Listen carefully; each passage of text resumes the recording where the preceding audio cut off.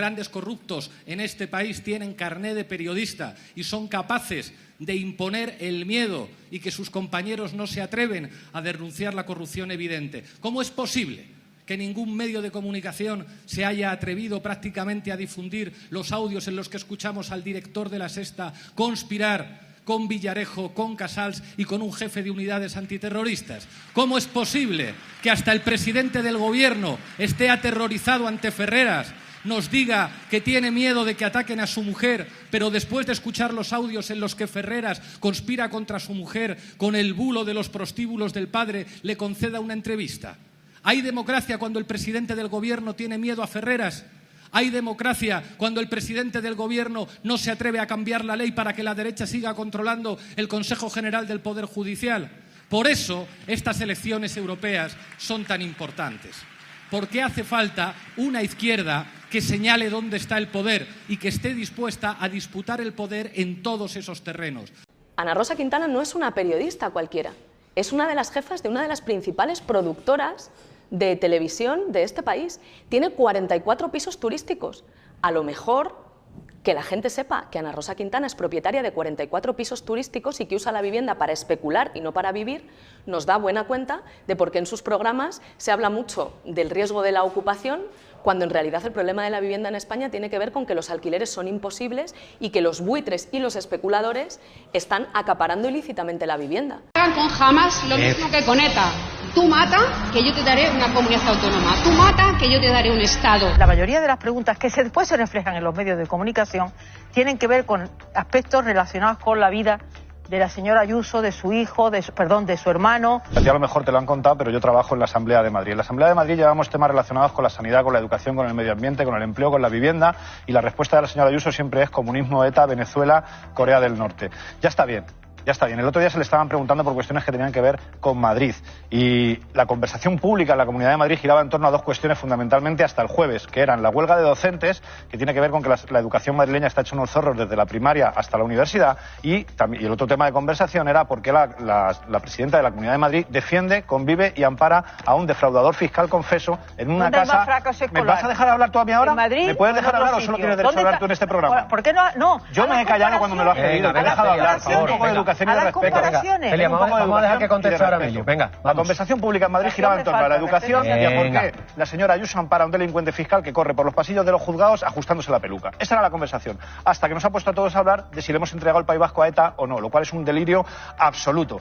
La cuestión fundamental en relación a Palestina, que es lo que estaba diciendo la señora Ayuso, es por qué se dedica el Partido Popular a jalear y a amparar a un sátrapa que está perseguido por la Corte Penal Internacional con una orden de detención, porque hay una parte de la derecha española, o buena parte de la derecha española, que decide apoyar a un señor al que la Corte Internacional de Justicia ha exigido que detenga ya los bombardeos sobre Rafah, y no lo está haciendo, y van 30.000 muertos, la mitad de ellas niños, y no han tenido una sola palabra de condena. Eso es de lo que tendríamos que estar hablando. Lo demás son huesos que nos tira así la señora Ayuso para que vayamos corriendo detrás de ellos, y yo al menos no lo pienso hacer. Esa es la cuestión fundamental, que cada vez que la señora Ayuso tiene un problema dice una barbaridad para que todos nos pongamos a hablar de la barbaridad y no de la situación de la Comunidad de Madrid. Se llama José María Aznar, que decía: ¿me van a ustedes a decir cuántas copas puedo tomar? 6 de diciembre de 1978. El Partido Socialista propuso que se votase sí a la Constitución española. Manuel Fraga estaba totalmente en desacuerdo con el título octavo, que recoge la diversidad de nuestro país, y no digo ya nada, José María Aznar haciendo campaña en contra de la Constitución. Con el tiempo y con la perspectiva del tiempo, señorías del Partido Popular, ¿con quién están ustedes más de acuerdo? ¿Con el Partido Socialista o con sus dirigentes de entonces? El 7 de julio de 1981 se presentó una ley, coloquialmente se conoce como Ley del Divorcio, que el Partido Socialista apoyaba. Y, sin embargo, Manuel Fraga, Óscar Alzaga y tantos otros estaban en desacuerdo. Y había, en concreto, un dirigente de su partido, el señor Francisco Álvarez Cascos, que él decía rotundamente que él solo creía en el matrimonio indisoluble. Con el paso de los años, ¿con quién están ustedes más de acuerdo, señorías del Partido Popular? ¿Con sus dirigentes de entonces o con el Partido Socialista? El 5 de julio de 1985, el Gobierno socialista presentó una ley para despenalizar determinados supuestos de interrupción voluntaria del embarazo y que las mujeres no fueran a la cárcel. Sus dirigentes entonces, como por ejemplo José María Ruiz Gallardón, no estaban de acuerdo, votaron en contra. Es más, hubo un dirigente de su partido, Manuel Díez Pinés, que llegó a decir que legalizar el aborto era como legalizar las infracciones de tráfico, la estafa, la droga, la violación o la violencia terrorista. Con el paso de los años, señorías del Partido Popular, ¿con quién están ustedes más de acuerdo? ¿Con sus dirigentes entonces que querían que las mujeres estuvieran en la cárcel o con el Partido Socialista? El 5 de julio de 2004 se presentó una ley muy conocida por todos, ¿no?, que es la ley del matrimonio igualitario. Las personas del mismo sexo, si lo quieren, pueden casarse, pueden contraer matrimonio. Sus dirigentes entonces, como por ejemplo Mariano Rajoy, estaban en desacuerdo. Es más, trajeron a esta Cámara a un señor que se llama Quirino Polainos, que decía que ser gay era una enfermedad y ustedes lo aplaudieron. Aquella ley se aprobó. Con la perspectiva del tiempo, señorías del Partido Popular, ¿con quién están ustedes más de acuerdo? ¿Con sus dirigentes entonces o con el Partido Socialista? Al año siguiente se presentó una serie de propuestas para impedir tantos fallecimientos en los accidentes de tráfico, muchos fallecimientos, y en concreto el llamado carné por puntos. Fue un 1 de julio del año 2006, ¿no? Y hubo un dirigente de su partido que pronunció una frase, se llamaba José María Aznar, que decía: ¿me van a ustedes a decir cuántas copas puedo tomar? ¿Con quién estaban ustedes más de acuerdo con el perspectivo de los años? ¿Con el Partido Socialista, que salvó miles y miles de vidas en la carretera, o con sus dirigentes de entonces?